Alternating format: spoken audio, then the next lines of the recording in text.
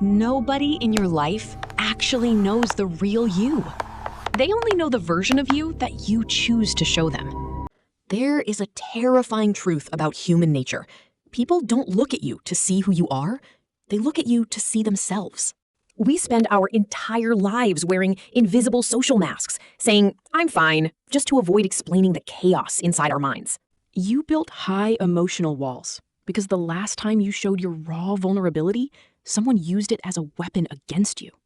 So now, people judge you based on your silence, your boundaries, or the rumors they heard from others. They project their own insecurities, jealousy, and expectations onto your character, creating a version of you that doesn't even exist. But here is the dark psychology secret. Your value is not defined by their inability to see your true depth. Stop wasting your precious energy trying to explain yourself to minds that are committed to misunderstanding you.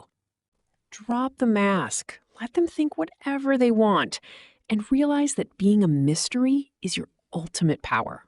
You don't need to be validated to be valuable. Save this video to protect your inner peace whenever they try to misjudge you.